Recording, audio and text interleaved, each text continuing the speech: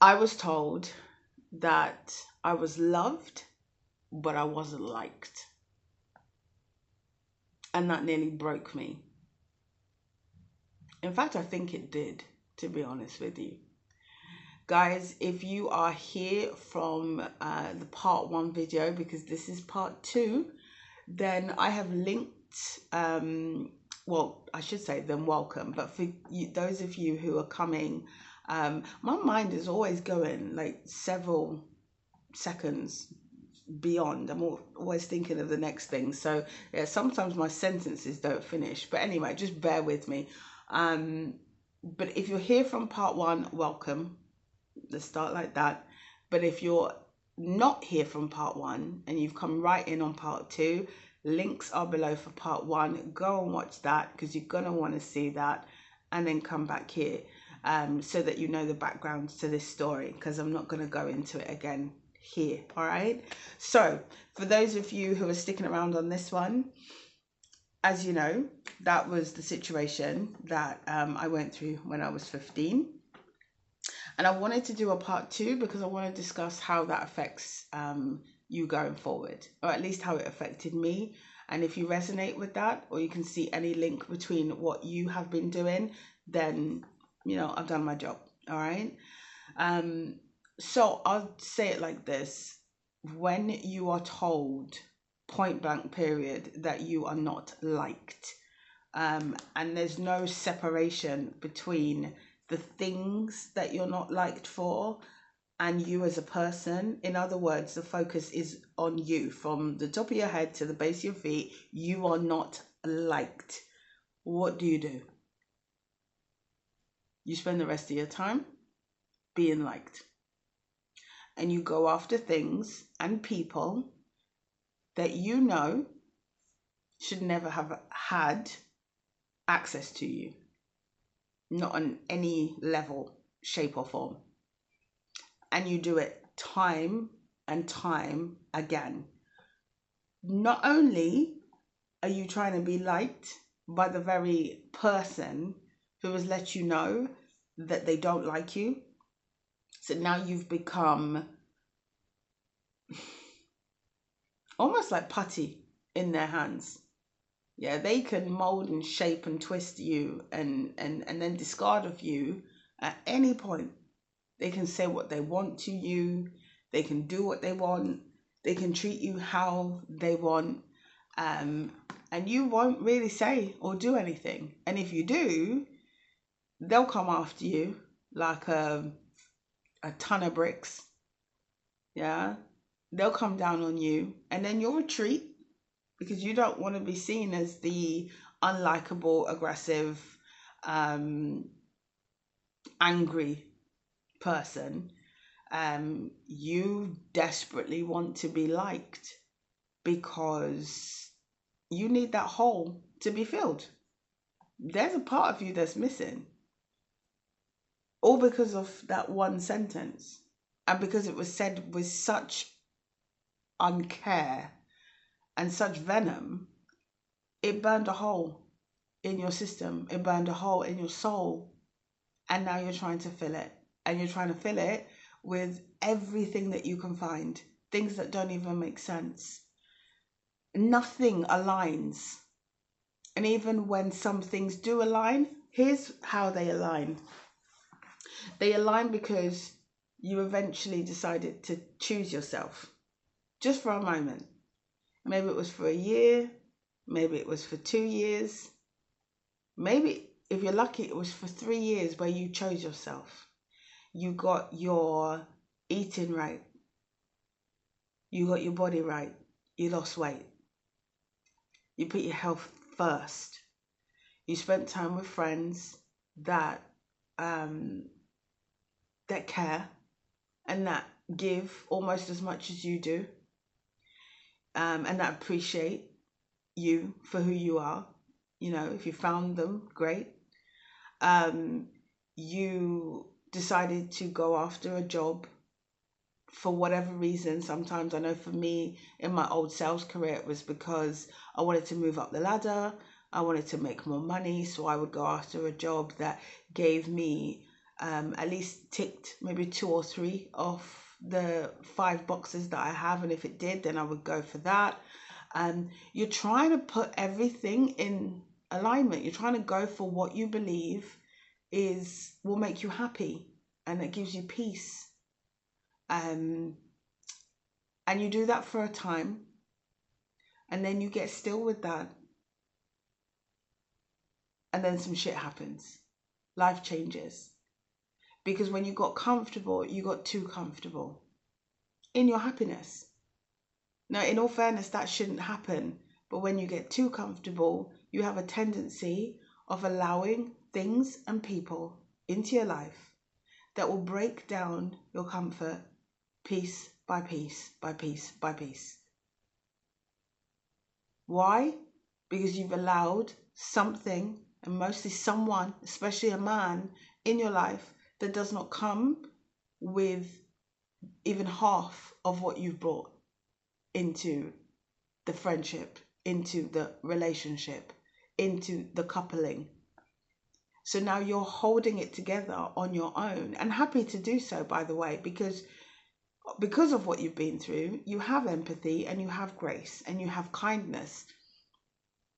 But they don't. They're good at mirroring you.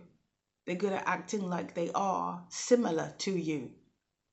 But then when that wall drops, they will spend their time breaking down everything that you have built, your self-esteem, your self-worth, breaking through your barriers and your boundaries, because they figured out that your boundaries are either new and they're not cemented in place, or you're not even aware that boundaries should never be broken. They are non-negotiable. So they're testing. They're utilizing things that you've told them, because you've made the mistake of revealing things that you have gone through in the past. So now they use those things against you, and they say similar words to the things that broke you in the first place. And they test by calling you aggressive, because the minute you stand up for yourself, you're angry. The minute you stand up for yourself or advocate for yourself, you are aggressive. The minute you put a boundary in place, you're being unreasonable. You're being a problem. You're not liked. So the cycle starts again. Now you're broken down into a puddle of your former self, this person that you've been building for the last few years, and now you're right back to square one. And even if things haven't quite worked out with this person, because unless they're sticking around to kill you, then it shouldn't. You're now left to pick up the pieces of your life again, build yourself back up. And what I realized is in my 20s and my 30s, early, sort of mid to mid 30s, I could do it pretty quickly. I had the bounce back. It's not just your body that bounces back in those years, it's also your mindset, your mind, and your physical ability. The bounce back is there. But as you get older, the bounce back takes longer. And I've also realized it has nothing to do with age. It's fear. Because not only are you left with the fear of not being liked that you were conditioned with earlier, which is now giving you anxiety and panic attacks and high cortisol, but you're also left with the fear that if I bounce back, what if I do this again? What if I give access again, and the next time it breaks me down even further? You might not survive.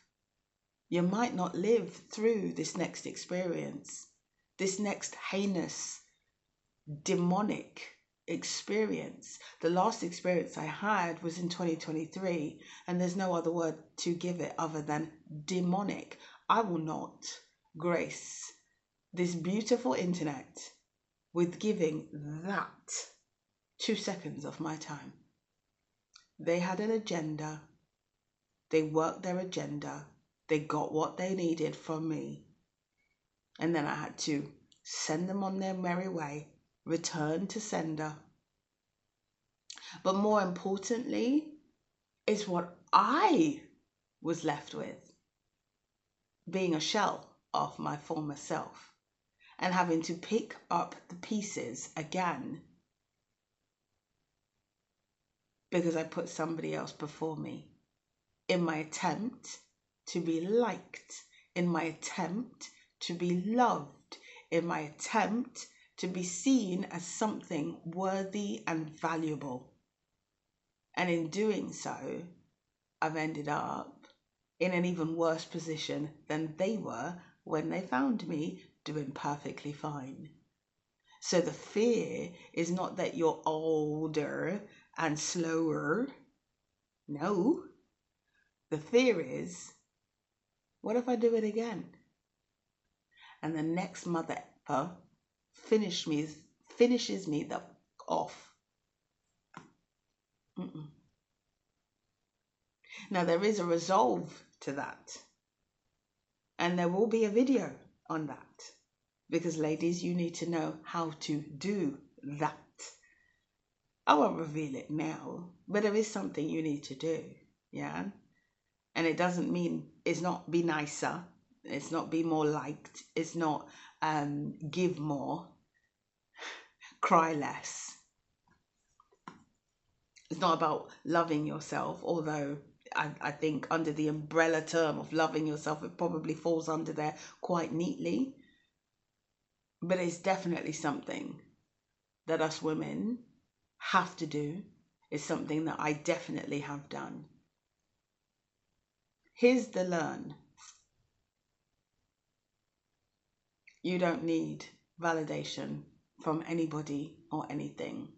I think I said that in the last video. I'm going to repeat it here. You don't need validation from anyone. You need to validate yourself. If you've ever been told or treated in a way like I mentioned of that young lady in part 1, let them be. Let them feel however it is that they want to feel. Stop giving access to people and things that don't align with who you are. Stop giving access to people and things that do not care about how they conduct themselves, because they will never care about you. They will never uplift you. They will break you down so that you mirror them. And then they can turn around and say, see, I knew you weren't worth a shit or a dime in the first place. Stop giving your time and energy to things that do not respect your boundaries. And if you don't have any, get some. I think we'll end it there. Right, so I hope that has helped. Even if it's just one woman, then I've done my job, okay? So what we're going to do, 3 things. Three things. I had to find them. 3 things. Okay, so number 1, share this video. 1 woman. Number 2, leave a comment down below and grab the 5 journal prompts for releasing guilt. It's yours. It's free. Might as well. All right? And work through it, because journaling has changed my life. And number 3, are we on 3 right now? Yeah, I'm holding up 2 fingers, but I don't remember saying the first. My brain is like, woo. Number 3, subscribe to this channel so that you can be notified the next time I post a video.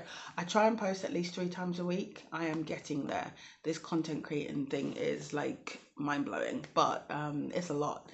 But yeah, at least twice a week I try and put up a video, and I'm working on 3. So be notified, be the first to be notified, and comment. And yeah, let's unlearn, relearn, and live better. All right? Love and light. Till next time.